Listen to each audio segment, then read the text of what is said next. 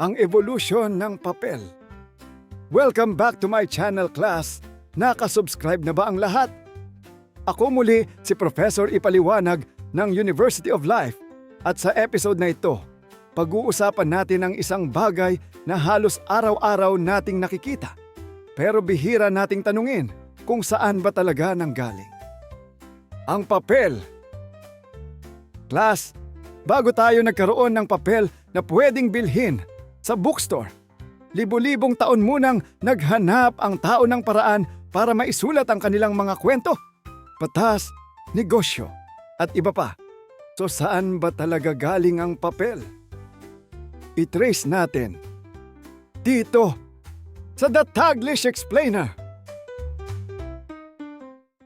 Ang topic na ito ay mula kay Mark Anthony Manzanares. Salamat sa suggestion mo. Class, bago magkaroon ng papel, hindi ibig sabihin na wala nang sinusulatan ng mga tao. Sa sinaunang Mesopotamia, gumagamit sila ng clay tablets. Habang hindi pa tuyo ang clay, gumagawa sila ng mga marka gamit ang isang stylus. Kapag natuyo o pinatigas ito, nandoon na ang record. Matibay? Oo. Convenient. Class, kung ganito pa rin ngayon, kapag tinanong ko kayo kung bakit wala kayong assignment, ang isasagot niyo, Prof, nabasag po. At kung 20 pages ang research paper mo, baka kailangan mo ng wheelbarrow papuntang school. Sa ancient Egypt naman, mayroon silang papyrus, isang halamang tumutubo noon ng sagana sa paligid ng Nile River. Kinukuha ang loob ng tangkay nito, hinihiwa ng manipis, inaayos ng magkakapatong, pinipisil at pinatutuyo para makabuo ng surface na maaaring sulatan. Interestingly, ang English word na paper ay dumaan sa Latin word na papyrus, mula naman sa Greek na papyrus. Pero class, wag nating pagpalitin. Samantala, ang papyrus ay hindi patunay na papel ayon sa modern definition. Ginagawa ito sa magkakapatong na strips ng halaman. Ang tunay na paper ay ginagawa mula sa fibers na hinihiwa o dinudurog, ginagawang pulp, at muling binubuo bilang sheet. Mayroon ding parchment na malawak na ginamit sa ancient at medieval world. Ito naman ay ginagawa mula sa specially prepared animal skin. Matibay at napakaganda para sa manuscripts.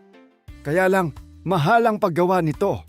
Pero class, kung naghahanap tayo ng pinagmulan ng papel na mas kahawig ng ginagamit natin ngayon, kailangan nating pumunta sa ancient China.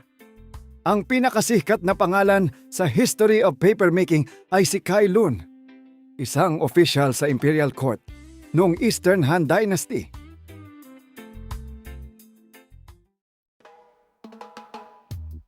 Iniulat na ipinresenta niya sa emperador ang isang pinahusay na paraan ng paggawa ng papel.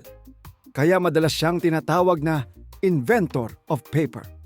Pero mas accurate na sabihin, hindi niya basta inimbento mula sa wala ang papel. May paper-like materials nang umiiral bago siya. Ang mahalaga sa kwento ni Kai Lun ay ang pagpapahusay at pagpapalaganap ng paper-making process. Gumamit ang early Chinese paper makers ng fibrous materials gaya ng bark, hemp, lumang tela, at iba pang plant fibers. Binababad ang mga ito. Dinidikdik, hinahalo sa tubig hanggang maging parang pulp. Pagkatapos, sinasala ang fibers gamit ang isang screen upang makabuo ng manipis at pantay na layer. Tatanggalin ang sobrang tubig, patutuyuin, at wala! Papel! Dahan-dahang kumalat ang kaalaman sa paper making. Mula China, nakarating ang teknolohiya sa Korea at Japan at kumalat din pakanluran sa Central Asia. Eventually, nakarating din ang papermaking sa Europe, pero matagal ding nakipagkompetensya ang papel sa parchment, lalo na para sa mahahalagang documents. Then something happened that dramatically increased Europe's appetite for paper. Printing. Noong kalagitnaan ng ika-15 siglo, pinahusay ni Johannes Gutenberg sa Europe ang system ng movable metal type printing. At class, isipin ninyo ang epekto. Noon, kung gusto mong magkaroon ng kopya ng isang libro, kailangan itong kopyahin ng mano-mano o gawin gamit ang mas mabagal na methods. Pero sa printing press, pwedeng gumawa ng maraming kopya ng mas mabilis. Ang problema, tumaas din ang demand sa papel. Hindi naging sapat ang supply. Kaya noong ika-19 na siglo, nagkaroon ng malaking pagbabago sa paper industry, wood pulp. At dito nagsimula ang paggawa ng papel sa napakalaking scale. At paano naman nakarating ang papel sa Pilipinas? Sa pagdating ng mga Espanyol noong ika-16 na siglo, lumawak ang paggamit ng imported paper para sa colonial administration, religious texts, correspondence, at eventually printing. Pagdating naman ng American period, lalo pang dumami ang paggamit ng papel dahil sa pagpapalawak ng public school system, government offices, newspapers, businesses, textbooks, exams, at forms. At eventually, nagkaroon na rin ng mas malawak na local paper industry. So recap, class! Bago ang papel, gumamit ang tao ng clay tablets, papyrus, parchment, at iba't ibang materials para mag-record ng impormasyon.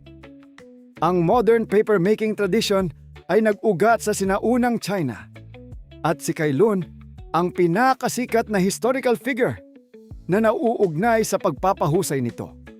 Bagaman may ebidensya ng papel bago pa ang kanyang panahon.